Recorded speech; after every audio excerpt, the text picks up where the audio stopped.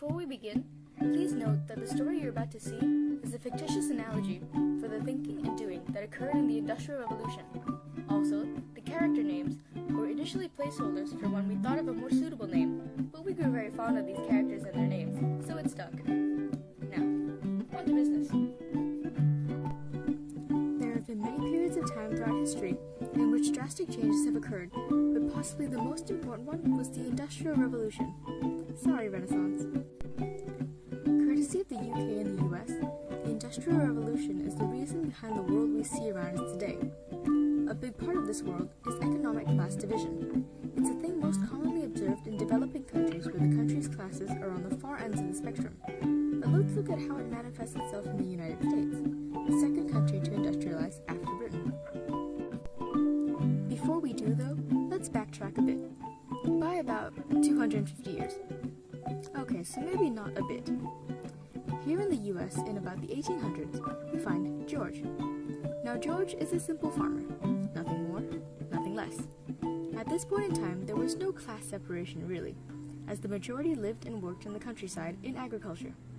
But let's say, for the purpose of this video, that George hears about the crop rotation method that is in use in Britain and starts to implement it in the US. We will also say, for the purpose of this video, that someone else brought the Enclosure Act over, as those two go hand in hand.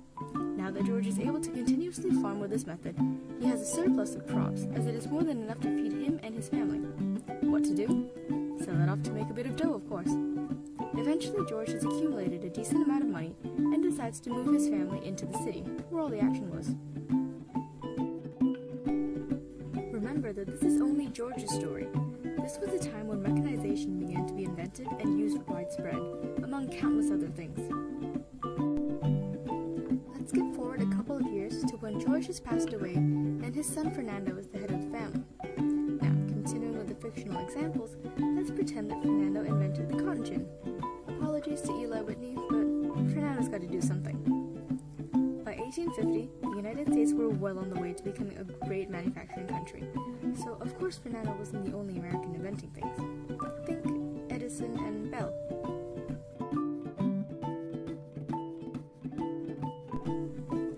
Fernando continued to move his family up the ladder of class by selling his cotton gins to factories.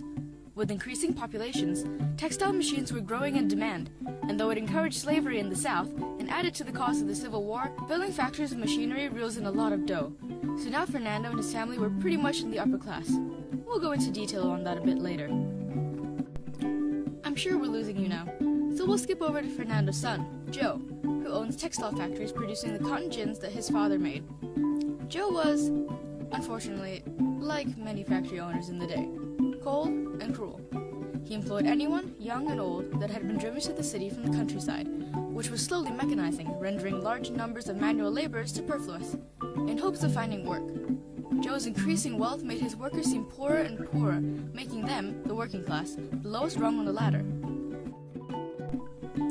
Remember when I said that Joe and his family were pretty much in the upper class? Well, there is a middle class. That consists of businessmen and other professionals of the like. But since they contributed much to society, like educational facilities, they were pretty wealthy and successful, drawing a fine line in the distinction between the upper and middle classes. This was a time when banks were being established, literally separating the classes further, as now you could see the haves and the haves not, based on if they had bank accounts. See what I did there? Over time, of course, the distinction between the classes and the maltreatment of the working class got to a point of rebellion. People like Susan B. Anthony, a significant figure in women's rights, and Ralph David Abernathy, a leader of the civil rights movement, fought for equality in status and treatment. It worked in the sense that the working class are no longer practically slaves, though of course economic disparity remains. Now that we've gotten to the remaining economic disparity in America, let's fast forward again to the present day. Today, the economic class hierarchy is pretty much as we left it with Joe, with the upper, the middle, and the lower. Or, in other words, the wealthy, the successful, and the struggling. I say pretty much as the concept and division is still prominent, though the lower class is increasing in numbers while the upper class is doing the opposite. Speculation on this cites a feeble job market and decreasing wages as its cause, but delving into the why of this is not what we're here to answer. Ask Google for more information. significant difference between then and now, though, is that the percentage of people working in the primary sector, extracting raw materials for processing and manufacture, is at a minuscule 1.1% due to mechanization. Remember that when we first met George, pretty much everyone worked in the primary industry, specifically agriculture. So the current classes are based on the 79.4% of the population with tertiary occupations, and that number is growing.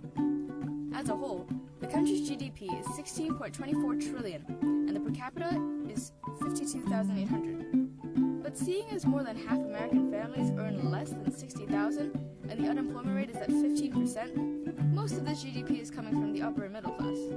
Make it rain, fellas. The Industrial Revolution gave America an economic hierarchy. In George's time, there wasn't one. But by the time we got to Joe, the people who had taken risks with their inventions and business ventures had risen to the top and seized the opportunity to make use of the people who had been left in the dust of progress.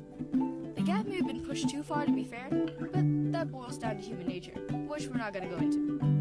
The US shines the light of progress and development down the path of industrialization for the rest of the world, and now you know how the Industrial Revolution altered the economic class hierarchy in the US to what it is today.